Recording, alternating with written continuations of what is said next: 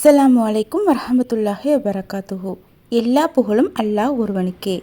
அன்பான சகோதர சகோதரிகளே, இஸ்லாமிய வருடத்தின் முதல் மாதம் எது என்று கேட்டால் பலருக்கு தெரியும், அது முஹர்ரம் மாதம். ஆனால் இந்த முஹர்ரம் மாதத்தின் உண்மையான சிறப்பு என்ன? ஆஷுரா நோன்பு ஏன் முக்கியமானது? இந்த மாதத்தில் நடந்த முக்கியமான வரலாற்று சம்பவங்கள் என்ன? அதே நேரத்தில் மக்கள் செய்யும் சில பொதுவான தவறுகள் என்ன? இவை அனைத்தையும் இந்த வீடியோவில் விரிவாக பார்க்கலாம். முஹர்ரம் என்பது சாதாரண மாதம் அல்ல. அல்லாஹ் திருக்குர்ஆனில் கூறுகிறான், நிச்சயமாக அல்லாஹ்விடத்தில் மாதங்களின் எண்ணிக்கை 12. அவற்றில் 4 மாதங்கள் புனிதமானவை. அந்த 4 புனித மாதங்களில் ஒன்றுதான் முஹர்ரம். ரஜப், துல்கஅதா, துல்ஹஜ் மற்றும் முஹர்ரம் ஆகியவை புனித மாதங்கள். இந்த மாதங்களில் நன்மைகள் அதிகரிக்கப்படுகின்றன. அதேபோல் பாவங்களின் தீமையும் அதிகமாகிறது என்று அறிஞர்கள் கூறியுள்ளனர். அதனால் முஹர்ரம் மாதம் தொடங்கும் போதே நம்முடைய வாழ்க்கையை திருத்திக் கொள்ள வேண்டும். புதிய இஸ்லாமிய வருடம் தொடங்கிவிட்டது என்பதால் வெறும் வாழ்த்துக்கள் பரிமாறிக்கொள்வது மட்டுமல்ல, அல்லாஹ்விடம் நெருங்குவதற்கான ஒரு புதிய ஆரம்பமாக இந்த மாதத்தை மாற்ற வேண்டும். நபிகள் நாயகம் ஸல்லல்லாஹு அலைஹி வஸல்லம் அவர்கள் கூறினார்கள், ரமலானுக்கு பிறகு மிகச்சிறந்த நோன்பு அல்லாஹ்வின் மாதமான முஹர்ரத்தில் வைக்கப்படும் நோன்பாகும். கவனியுங்கள், மற்ற எந்த மாதத்திற்கும் அல்லாஹ் தனது பெயரை இணைத்து சொல்லவில்லை. ஆனால் முஹர்ரத்தை ஷஹருல்லா, அல்லாஹ்வின் மாதம் என்று நபிகள் நாயகம் ஸல்லல்லாஹு அலைஹி வஸல்லம் அவர்கள் குறிப்பிட்டார்கள். நபிகள் நாயகம் ஸல்லல்லாஹு அலைஹி வஸல்லம் அவர்கள் கூறினார்கள், ரமலானுக்கு பிறகு மிகச்சிறந்த நோன்பு அல்லாஹ்வின் மாதமான முஹர்ரத்தில் வைக்கப்படும் நோன்பாகும். கவனியுங்கள், மற்ற எந்த மாதத்திற்கும் அல்லாஹ் தனது பெயரை இணைத்து சொல்லவில்லை. ஆனால் முஹர்ரத்தை ஷஹருல்லா, அல்லாஹ்வின் மாதம் என்று நபிகள் நாயகம் ஸல்லல்லாஹு அலைஹி வஸல்லம் அவர்கள் குறிப்பிட்டார்கள். இது இந்த மாதத்தின் உயர்வை நமக்கு எடுத்து காட்டுகிறது. முஹர்ரம் மாதத்தின் 10வது நாள் ஆஷுரா என்று அழைக்கப்படுகிறது. இந்த நாளுக்கு மிகப்பெரிய வரலாறு இருக்கிறது.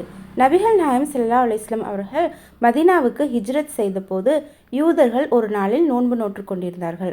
அப்போது நபி அவர்கள் அவர்களிடம் கேட்டார்கள், நீங்கள் ஏன் இந்த நோன்பை நோக்கிறீர்கள்? அதற்கு அவர்கள் கூறினார்கள், இந்த நாளில் அல்லாஹு தாலா மூசா அலைஹிஸ்ஸலாம் அவர்களையும் அவர்களுடைய மக்களையும் காப்பாற்றினான். ஃபிரௌனையும் அவனது படையும் கடலில் மூழ்கடித்தான். அதற்காக நாங்கள் நன்றி செலுத்தி நோன்பு நோக்கிறோம். அப்போது நபிகள் நாயகம் ஸல்லல்லாஹு அலைஹி வஸல்லம் அவர்கள் கூறினார்கள், மூசா நபியுடன் உங்களை விட நாங்களே அதிக உரிமை பெற்றவர்கள் என்று கூறி அந்த நாளில் நோன்பு நோற்றார்கள். மற்றவர்களையும் நோற்கச் சொன்னார்கள். ஆஷுரா நோன்பை பற்றி நபிகள் நாயகம் ஸல்லல்லாஹு அலைஹி வஸல்லம் அவர்கள் கூறினார்கள், இந்த நோன்பு கடந்த ஒரு வருட சிறிய பாவங்களுக்கு பரிகாரமாக அமையும் என்று நான் அல்லாஹ்விடம் எதிர்பார்க்கிறேன். ஒரு நாள் நோன்பு, ஆனால் கடந்த ஒரு வருடத்தின் சிறிய பாவங்களுக்கு மன்னிப்பு கிடைக்கும். இதுவே ஆஷுரா நாளின் மிகப்பெரிய சிறப்பு. ஆஷுரா நோன்பை எப்படி வைக்க வேண்டும் என்று பலருக்கு ஒரு சந்தேகம் இருக்கும். அறிஞர்கள் கூறுவது என்னவென்றால், சிறந்த முறை 9 மற்றும் 10 அல்லது 10 மற்றும் 11 2 நாட்கள் நோன்பு வைப்பது. ஏனெனில் யூதர்களிடமிருந்து வேறுபட வேண்டும் என்று நபிகள் நாயகம் ஸல்லல்லாஹு அலைஹி வஸல்லம் அவர்கள் விரும்பினார்கள்.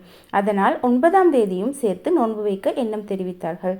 முஹர்ரம் மாதம் என்றாலே பலருக்கு முதலில் நினைவுக்கு வருவது கர்பலா சம்பவம்.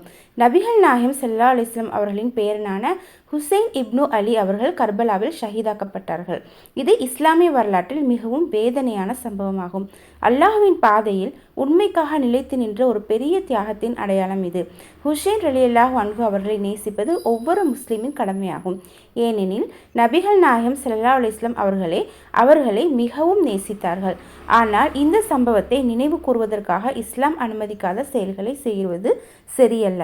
முஹர்ரம் மாதத்தில் பலர் சில தவறுகளை செய்கிறார்கள். ஆஷுரா நாளை துக்க நாளாக மாற்றுவது. இஸ்லாம் ஒரு முஸ்லிம் தொடர்ந்து துக்கத்தில் வாழ வேண்டும் என்று சொல்லவில்லை. கர்பலா சம்பவத்தை நினைவு கூறலாம், அதிலிருந்து பாடம் கற்றுக்கொள்ளலாம். ஆனால் மார்பில் அடித்துக் கொள்வது, தன்னைத்தானே காயப்படுத்திக் கொள்வது போன்ற செயல்களுக்கு இஸ்லாமில் இடமில்லை. முஹர்ரம் மாதத்தில் திருமணம் செய்யக்கூடாது என்று நம்புவது. சிலர் முஹர்ரம் மாதத்தில் திருமணம் செய்தால் நல்லதல்ல என்று நினைக்கிறார்கள். இதற்கு எந்த ஆதாரமும் இல்லை. இது வெறும் மூடநம்பிக்கை. இஸ்லாத்தில் முஹர்ரம் மாதத்தில் திருமணம் செய்ய தடை ஏதும் இல்லை. ஆஷுரா நாளைக்கென்று விசேஷ உணவுகள் கட்டாயம் என்று நம்புவது. சில பகுதிகளில் குறிப்பிட்ட உணவுகளை கட்டாயம் செய்ய வேண்டும் என்று நம்புகிறார்கள். இது மார்க்க கட்டளை அல்ல. அல்லாஹ்வும் அவனது தூதரும் கூறாத விஷயங்களை மார்க்கமாக மாற்றக்கூடாது. நோன்பை விட்டுவிடுவது. ஆஷுரா நோன்பின் மகத்துவம் தெரிந்தும் பலர் அலட்சியமாக விட்டுவிடுகிறார்கள். ஒரு வருட சிறிய பாவங்களுக்கு மன்னிப்பு கிடைக்கும் வாய்ப்பை நாம் தவறவிடக்கூடாது. இந்த முஹர்ரத்தில் நாம் என்னென்ன செய்யலாம் என்றால், ஆஷுரா நோன்பு வைக்க வேண்டும், அதிகமாக துஆ செய்ய வேண்டும், குர்ஆன் ஓத வேண்டும், தௌபா செய்ய வேண்டும், குடும்பத்துடன் நல்ல அமல்களை அதிகரிக்க வேண்டும். புதிய இஸ்லாமிய வருடத்திற்கான நல்ல இலக்குகளை அமைக்க வேண்டும். அன்பானவர்களே, முஹரம் என்பது வெறும் இஸ்லாமிய வருடத்தின் முதல் மாதம் மட்டுமல்ல, அது நம்முடைய ஈமானை புதுப்பிக்கும் மாதம். ஆசுரா என்பது வெறும் ஒரு நாள் அல்ல, அது அல்லாஹ்வின் உதவியை நினைவுபடுத்தும் நாள். கர்பலா என்பது வெறும் வரலாறு அல்ல, உண்மைக்காக நிலைத்து நிற்க வேண்டிய பாடம். இந்த முஹரம் மாதத்தை அல்லாஹ்விடம் நெருங்குவதற்கான ஒரு வாய்ப்பாக மாற்றுவோம். ஆஷுரா நோன்பை தவற விடாமல் வைப்போம். அல்லாஹ் தஆலா நம் அனைவரின் பாவங்களையும் மன்னித்து இந்த புதிய இஸ்லாமிய வருடத்தை பரக்கத்துள்ள வருடமாக ஆக்குவானாக. ஆமீன் ஆமீன் யா ரப்பில் ஆலமீன். வஸ்ஸலாமு அலைக்கும் வரஹ்மத்துல்லாஹி வபரகாத்துஹு.